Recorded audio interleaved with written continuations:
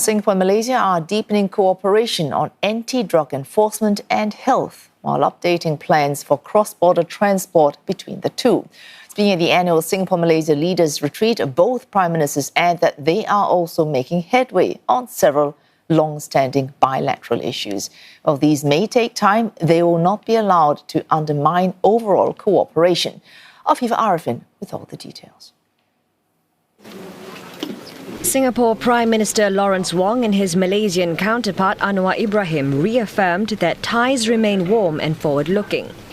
This as both sides continue working through some of their most complex and long-standing bilateral matters.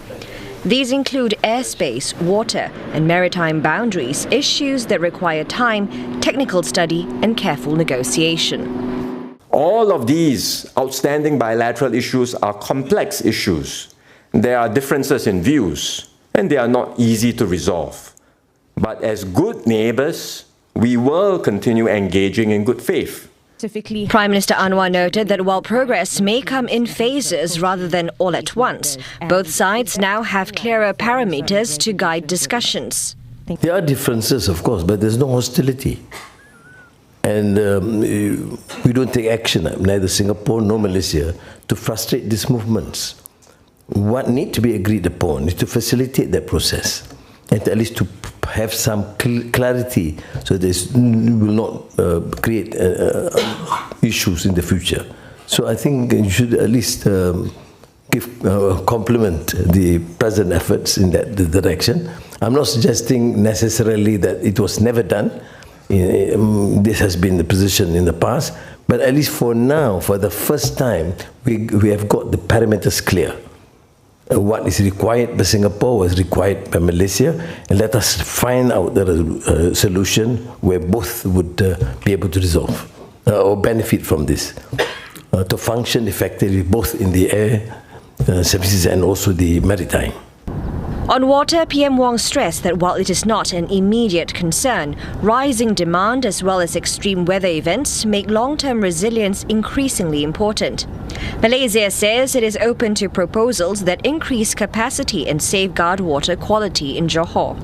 In light of those longer-term considerations, both sides, the officials on both sides have been meeting to see if there are possibilities for collaboration, especially to do more new infrastructure that will strengthen the resilience of water supply with benefits for both Johor and also for Singapore under our 1962 water agreement. So that's where it stands now.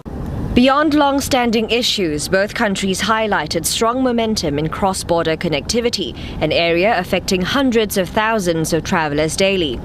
Both leaders said the RTS link remains a major game changer, with an additional agreement signed at the retreat to support its implementation.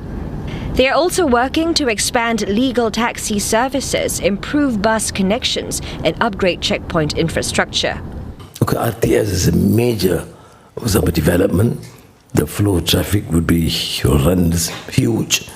So the need to, of course, to improve the infrastructure within Johor Bahru and its hinterland too, which we are now working at. During the retreat, Malaysia agreed to Singapore's proposal to open 2 new consulates in Sabah and Sarawak. 2 other agreements on health cooperation and combating drug trafficking were also exchanged.